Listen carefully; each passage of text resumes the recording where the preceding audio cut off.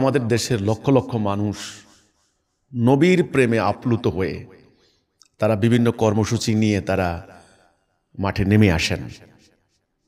যখন রবিউল আউয়াল আমরা দেখি তখন লক্ষ লক্ষ নবী প্রেমিক জশ্নে জুলুস করে তারা ইয়া নবী সালামু আলাইকা, বাংলাদেশের প্রান্ত হতে সালাম জানাই হে রাসূল, মিছিল করে করে রং বেরঙের পতাকা তারা নিয়ে রসুল প্রেমে আপ্লুত হয়ে ব্যানার দিয়ে তারা কিন্তু যত দূর দৃষ্টি যায় শুধু মিছিল আর মিছিল, জশ্নে জুলুস, রসুল প্রেম। ওকে, ভালো কথা। আচ্ছা, আবার কওমি মাদ্রাসা সহ অন্যান্য কিছু ইসলামিক সংগঠনের হাজার হাজার লক্ষ লক্ষ নেতা কর্মী রসুল প্রেমে তারা আপ্লুত হয়ে তারা মাঠে নেমে আসেন।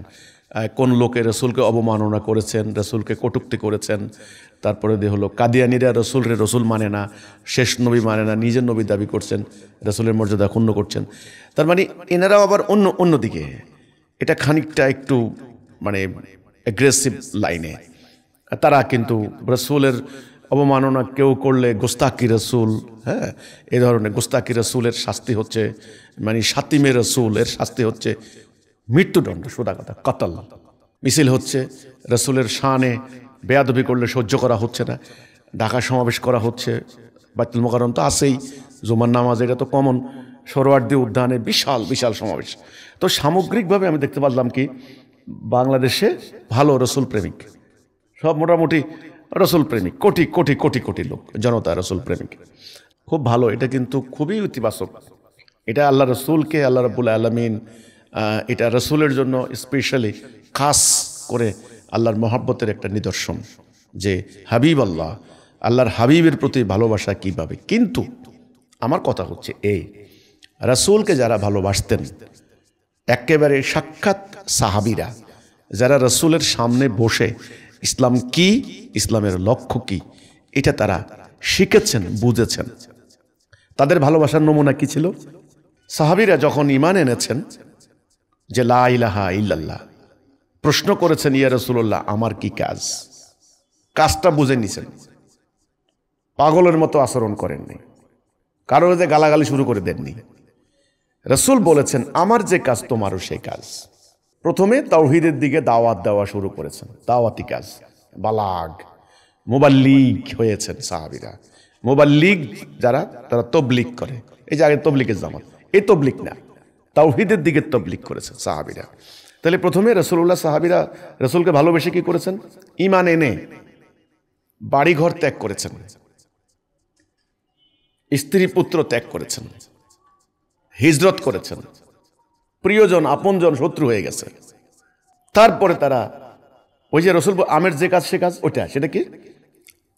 আল্লাহর দেওয়া দিন প্রতিষ্ঠা করতে হবে, দিনুল হক, আল্লাহর দেওয়া বিধান, সংবিধান, কোরআনের আইন, এটা প্রতিষ্ঠা করতে হবে। প্রতিষ্ঠা করার জন্য তারা কি বুঝেছেন?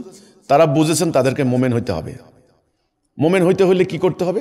আল্লাহ জানিয়ে দিয়েছেন সূরা হুজরাতের 15 নম্বর আয়াত, যে তোমরা আগে ঈমান আনবে আল্লাহ রাসূলের প্রতি, তারপরে এই কথার মধ্যে দৃঢ় থাকবা, জান মাল দিয়া জিহাদ করবা, জান এবং মাল দিয়ে দিতে হবে, নেওয়ার কোনো সুযোগ না। আজকে তো আমি কথা বললে আমাদের এক শ্রেণীর আলেম আমাকে কাফের ফতোয়া দিচ্ছেন। আরে ভাই, আমাকে কাফের ফতোয়া দিয়ে লাভ নাই, নিজেরা একটু আত্মসমালোচনা করেন, একটু পর্যালোচনা করেন। আমি বলেছি ইসলামের শিক্ষা হচ্ছে দেওয়া, নেওয়া না। আপনারা নিয়েন না, নেওয়াটা হারাম। দ্বীনের প্রচার করিয়া কোনো কিছু নেওয়া হারাম। দাওয়াত, দ্বীনের দাওয়াত দিয়া কাউরে আপনি ওয়াজ করেন, টাকা নেবেন, এটা বৈধ না।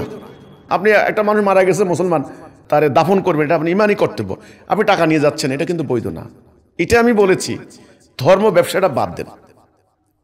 এই কথা বলাতে আপনারা একেবারে তেলে বেগুনে জ্বলে উঠে আমাকে কাফের নাস্তিক মুরতাদ ফতোয়া দিচ্ছেন, এটা তো ঠিক না।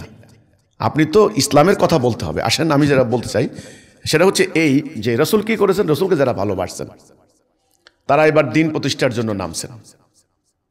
দিন প্রতিষ্ঠা, আল্লাহর দেওয়া দিন। কারণ তারা বুঝেছেন সূরা ফাতিহা 28, সূরা সফ 9, সূরা তওবা 33, আল্লাহ রাসূল বলেছেন যে আল্লাহ আমাকে পাঠিয়েছেন হেদায়েত এবং সত্য দিন দিয়ে অন্যান্য সমস্ত দিনের উপরে এটাকে জাহের করা, প্রতিষ্ঠা করা।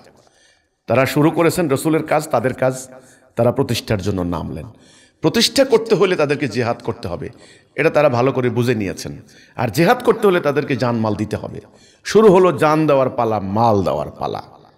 তারা ঐক্যবদ্ধ হয়েছেন, রসুলকে নেতা মেনেছেন, জিহাদ শুরু করে দিয়েছেন জানমাল। এখন হিজরতের প্রথম বছর থেকে শুরু হয়ে গেল অভিযান, একটার পর একটা সাহাবীদের রক্ত দেওয়া, শহীদ হওয়া। সাহাবীরা রসুলকে ভালোবেসে কি বলেছেন? হযরত মিকদাদ রাদিয়াল্লাহু তাআলা আনহু দাঁড়িয়ে বলছেন, ইয়া রাসূলুল্লাহ, আপনি বোধহয় আমাদের মতামত জানতে চাচ্ছেন, আপনি আমাদেরকে নিয়ে চলুন সেই ময়দানে যেখানে আল্লাহ হুকুম করেছেন। আমরা ইহুদি জাতির মতো বলবো না আপনি আর আপনার আল্লাহ গিয়ে লড়াই করেন, আমরা আগুনে ঝাঁপ দেব। রসুলকে ভালোবাসার দেখেন, রসুল প্রেমিক। আপনারা তো বাইতুল মুকাররমে আর খালি সোহরাওয়ার্দীতে খালি মিছিল করেই যাচ্ছেন।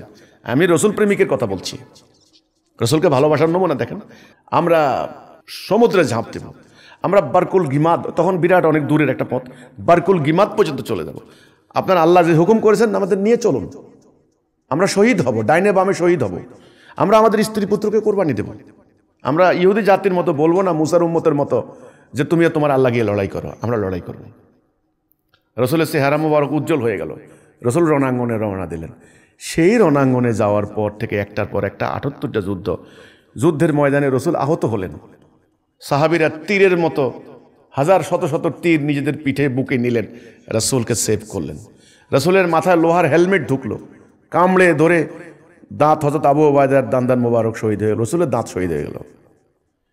তাহলে তারা রসুলকে ভালোবেসে কি করেছেন? মার খেয়েছেন, রক্ত দিয়েছেন, শহীদ হয়েছেন, নিজের আপনজনকে শহীদ করেছেন, আহত হয়েছেন। বোধহয় কোনো একটা সাহাবীরকে পাবেন না সত্যিকার অর্থে খুঁজলে যে শরীরে কোনো না কোনো অস্ত্রের আঘাত নাই। তারা দেশান্তরিত হয়েছেন, বাড়িঘর ছেড়ে বেরিয়ে গেছেন। কোথায়? মদিনা। কোথায় মরেছেন? আফ্রিকা। শহীদ হয়েছেন কোথায়? বাড়ি মক্কা, মদিনা। শহীদ হয়েছেন পারস্যে এসে, আফগানিস্তানে এসে। এই যে হাজারো হাজারো মাইল, 7 সমুদ্র 13 নদী পাড়ি দিয়ে তারা বেরিয়ে গেলেন রসুলকে ভালোবেসে। এই আল্লাহর কিতাব আল্লাহ, আল্লাহর দিন, আল্লাহর কোরআনের আইন, কোরআনের বিধান, জীবন বিধান ওনারা বুঝেছেন যে এটা মানব জীবনে কার্যকরী না করলে, প্রতিষ্ঠা না করলে আমি মোমেন থাকবো না, রসুলের উম্মত থাকবো না। তারা প্রতিষ্ঠা করতে গিয়ে, আমি তো বললাম রসুলকে ভালোবেসে, ভালোবাসার নমুনা তো আরও আছে। রসুল থুতু ফেলছেন, থুতু নিয়ে গায়ের মধ্যে মাখছেন। খেয়াল করেন, রসুল ঘামাইছেন, ঘাম নিয়ে বোতলের মধ্যে রেখে দিয়েছেন। যতদিন ছিলেন ততদিন ওই ঘাম নিয়ে খুশবু হিসেবে তারা ব্যবহার করেছেন। রসুলের ভালোবাসার নমুনা। ওই যে হুদাইবিয়ার সন্ধির টাইমে কাফের পক্ষ থেকে যে লোকটা আসলো, রসুল্লাহ দাড়ি মোবারক ধরলো, তলোয়ারের বাঁট দিয়ে উল্টে বলে, এই হাত নামাও বেয়াদব। ওটা কিন্তু আরবের একটা রীতি ছিল, ওকে দাড়ি ধরে কথা বলা। আমাদের দেশেও কিন্তু অদ্ভুত অদ্ভুত অনেক রীতি আছে। ভালোবাসার নমুনা কিন্তু খেয়াল করতে হবে। আমার কথা হচ্ছে এটা, ভালোবেসে ওনারা ওই যে আবু জাহেলের বিরুদ্ধে কতগুলো মিছিল দিয়ে আবার যার যার মসজিদ মাদ্রাসায় গিয়ে ইচ্ছা মতো খাসির রান, মুরগির রান খাইয়া জীবন পার করে দিয়েছেন। ব্যাপারটা তা না। আমার কথারই যদি ভুল হয় আপনারা বলেন যে আপনার কথার ভুল আছে। আমার কথা হলো রসুলকে ভালোবাসার যে নমুনা, যে প্রক্রিয়া সাহাবীরা যেটা দেখাইছেন, ওইটা ভাই, ওইটা হলো ভালোবাসার নমুনা। উদাহরণ দিচ্ছি, আপনাকে কেউ ভালোবাসে। এখন যদি ধরেন আপনাকে কেউ মারতে আসে, যেই লোকটা আপনার সামনে দাঁড়িয়ে শত্রুর আঘাত ফিরায়, এটা ভালোবাসার নমুনা। শত্রু আপনাকে মারছে, মেরে কেটে মেরেই ফেলছে, আপনি দাঁড়িয়ে দাঁড়িয়ে প্রশংসা করছেন, এটা ভালোবাসার নমুনা না। আমাদের ভালোবাসার নবী প্রেমিকদের অবস্থা দেখলে আমার করুণা হয়, আমার দুঃখ হয়, আমার আফসোস হয়।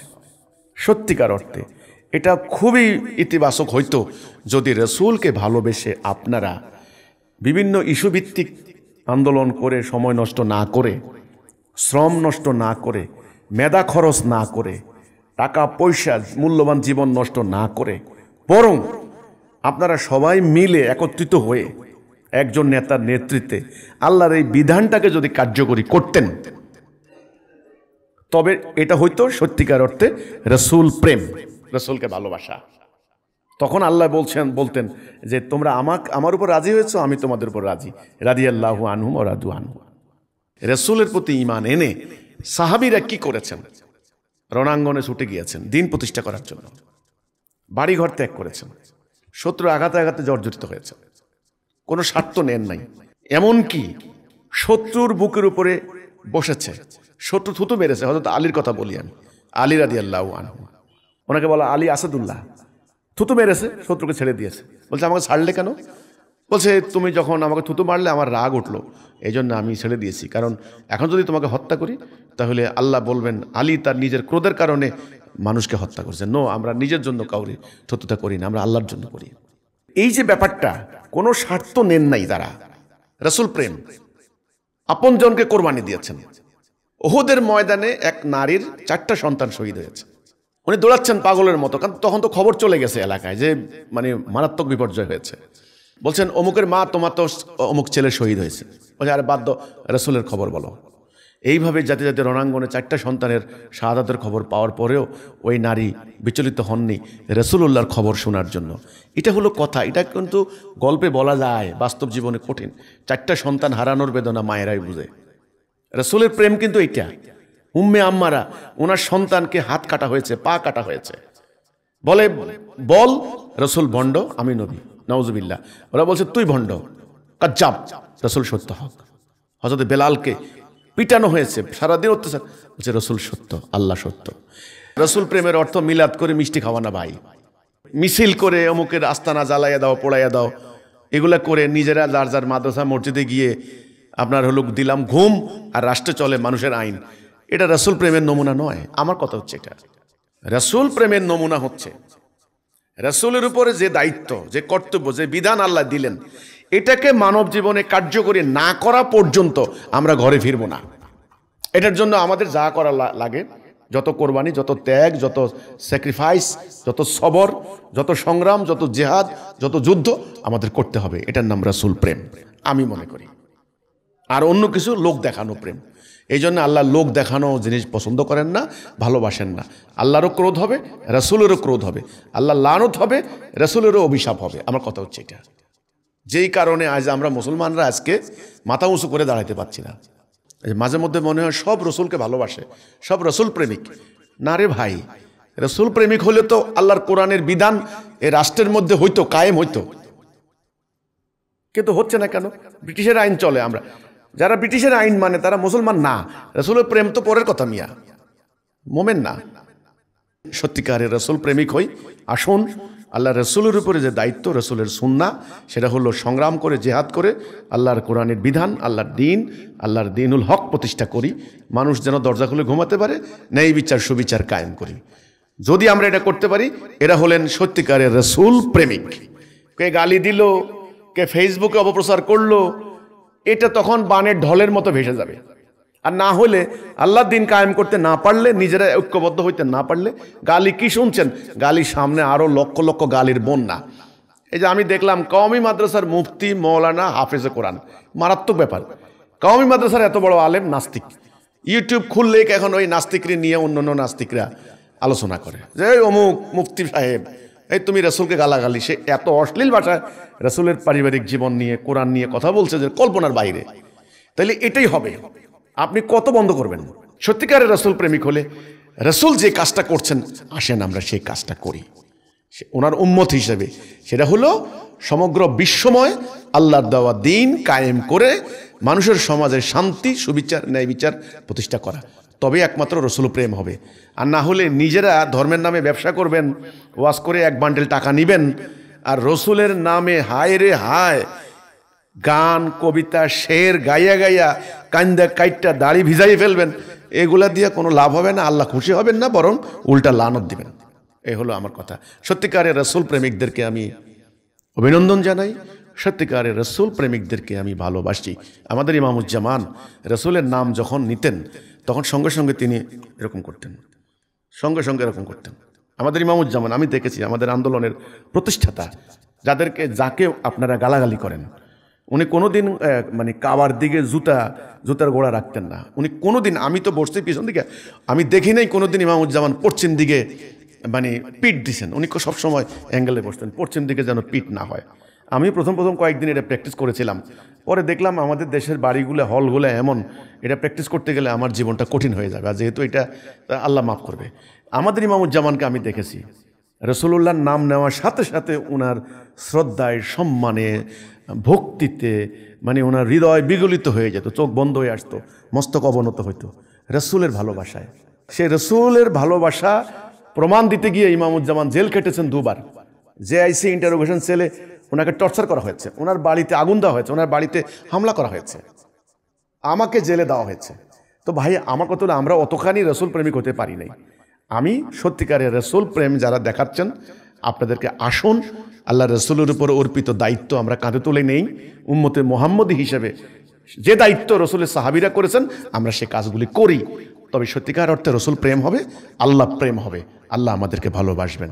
আমি সবাইকে রসুলের প্রকৃত প্রেমিক হওয়ার জন্য আহ্বান জানাচ্ছি।